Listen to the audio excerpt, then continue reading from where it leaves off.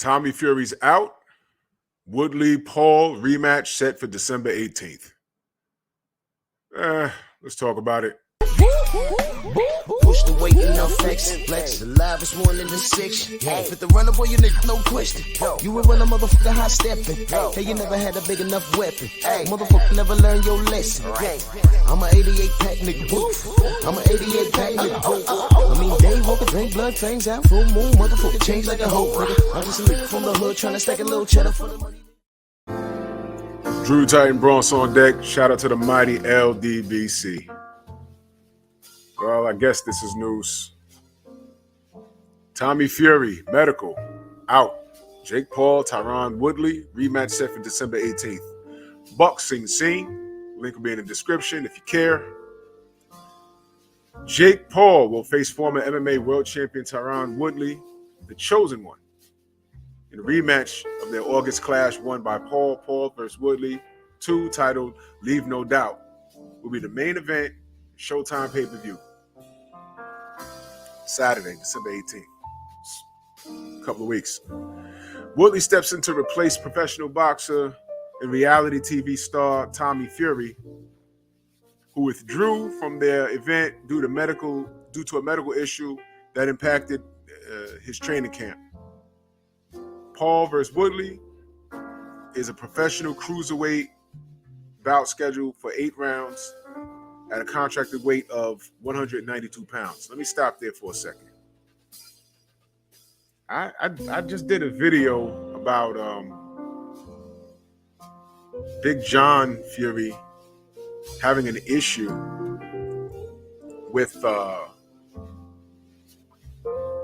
Jake Paul refusing VADA testing. And he says, well, you know, whether he submits to the testing or not, it's not going to matter. They're basically going to beat him anyway. I think, 2 weeks out to the fight, he gets injured. Is there a connection there? Y'all let me know. He said, when my team woke me up on Friday to tell me Tommy was pulling out, I told them I'm ready to fight anyone December 18th. Said Paul, who was 4-0 as a pro boxer with 3 knockouts. Troy, Trey, Trevor, Travis, I don't give a damn who he is. As predicted, Tommy fumbles and Tyron is there to pick it up. Stepping in, and contractually, he is getting an extra $500,000 if he knocks me out. First time I outboxed him, this time I'm going to punish him and leave no doubt. On August 29th, in front of a sold-out crowd, 16,000 fans at the Rocket Mortgage Fieldhouse in Cleveland, Ohio, Paul registered a split decision over Woodley. The former UFC champion was Paul's toughest opponent to date and the first fighter to take boxing's newest star the distance. They talk about the scores here. Boxing's newest star, the distance. Boxing's newest star, the distance. Boxing's newest star, the distance. Does it sound funny? I want you guys to understand something. If you hate Jake Paul and Logan Paul, I want y'all to understand that this is your fault. I'm going to say it again. If you hate the Paul brothers, I want you to understand that their success is your fault. It's all your fault. While guys like myself and my brothers in the LDBC and people like Champside and Boxing Eagle, we're all wondering why aren't the best fighting the best, and why is every time when these two fighters are about to do something special, here comes a manager, a promoter with the monkey wrench, and it's justified by the fans. Not that the fans believe that their favorite fighter can beat who they're being lined up against, but they really want to protect their favorite fighter because they're scared that he'll lose. Whereas a fighter that I support, I want that fighter to leave no doubt that he's the best in their division, which is why we push things like Undisputed. We push things like that. While supporters say, well, what has he done? What has he brought to the table? What? That's not a conversation supporters of the sport are supposed to have. That's fan talk. because fans are into protecting their favorite fighters. Supporters of the sport hold their fighters accountable. So while the fans protected their favorite fighter, guys like the Paul brothers not even slid through the back door. They walked in the front door. It's like a cartoon. Imagine people fighting and fighting and fighting over stuff, and then the person walks in right through the front door, goes to the bank. Oh, there's a bag of money here. Let me just make this withdrawal real quick while no one's looking, walk right out and get away with it. Don't hate on the Paul brothers. This is your fault. But reading along, I didn't expect him to eat my punches like that, but the fact that one judge gave me 2 rounds is insane. Forget that Tommy Fury fight. Let's run it back, said Woodley after the fight. The ropes held him up. When I hit him, Woodley continued, I could have had that knockdown. I landed power punches, and he missed shots all night. Fighting out of St. Louis, Missouri, Woodley has a storied career in combat sports. He became UFC champion in 2016, defeating Robbie Lawler. I remember that.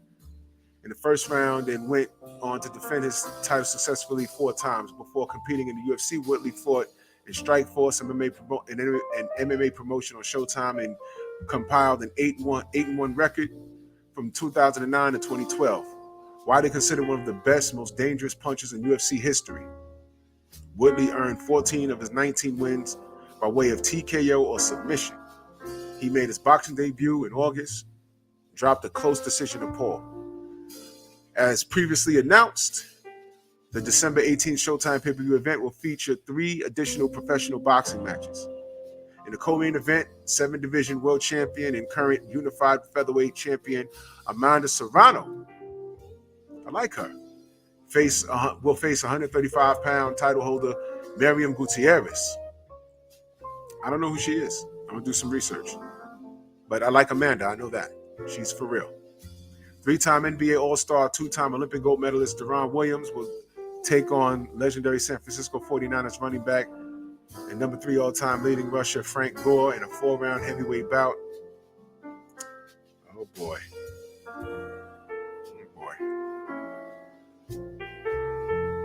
Professional boxing debut for both men. Did y'all know about this? I didn't know about this. Okay. In the telecast opener, undefeated IBF and WBO top 3 ranked junior welterweight contender Liam Pyro of Australia would face fellow unbeaten top 10 ranked 140-pound Puerto Rican prospect Yomar Alamo in a 10-round junior welterweight showdown. Okay, that's the article. Here is my opinion. Last event, the talk was about what Paul did after the fight. There was additional money given out to the fighters, except Tommy Fury. Now, we don't know if Tommy just said, F it, I don't want it. I don't like him anyway. That's what the rumor was. Or Tommy just said, F you. I don't want to pay you. I'm going to fight you. I don't like you. Well, they were supposed to be fighting on the 18th. And now they ain't fighting. Now, interestingly enough, they're not clear of I don't know what the injury is. But, it's a Fury. They get injured and you're not clear on what it is. And then, he could say he broke his hand and then they could find him, smacking his boyfriend's butt with the broken hand during his reality TV show. Like, I thought that hand don't work. Well, it always works for my mind. It always works for my mind. I'm joking, but I'm not. Everything is suspect over there. Kissing men and all this other weird stuff. We don't know what the injury is. But I do know that Big John was on social media somewhere. I know I did a video on it. And he was talking about how Paul is refusing VADA testing. But he said it doesn't matter because we're going to beat you anyway. Well, it doesn't matter why you're on social media. Beat his ass, and then when you raise your hands, say, hey, man, I beat his ass, and he might be drugged up because he refused VADA testing. If it's not an issue, don't speak on it. Now you're pulling out of the fight. What's the injury? Let me go back to the did I miss it? Let me scroll up, make sure. Tommy was pulling out. I told him I'm ready to fight anyone on December 18th. Troy, Trevor, Travis, Trey, it don't matter. So as I predicted, Tommy fumbles and Tyron is there to pick it up. There's nothing here. Maybe I just saw this article and I chose to talk about it. Maybe if I would figure they would say he has a hangnail or, he chipped the fingernail polish off of his finger or whatever, broke his pinky toe. They'd have said something. Catch COVID even. That's real popular, right? So we got Woodley part 2 in 2 weeks. Hopefully Woodley was training and he's in shape, but don't get mad at the Paul brothers because boxing gave them an outlet to exist. Because I firmly believe if we got all the fights we were supposed to get when we were supposed to get them, we might not be dealing with this if you got a problem with the Paul brothers. But, they're holding events, they're getting views, and they're handing out millions of dollars after the fights.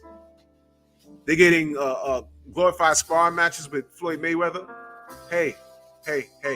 Meanwhile, y'all want to make fun of guys like Devin Haney, who Lomachenko's dumping belts on rather than fighting.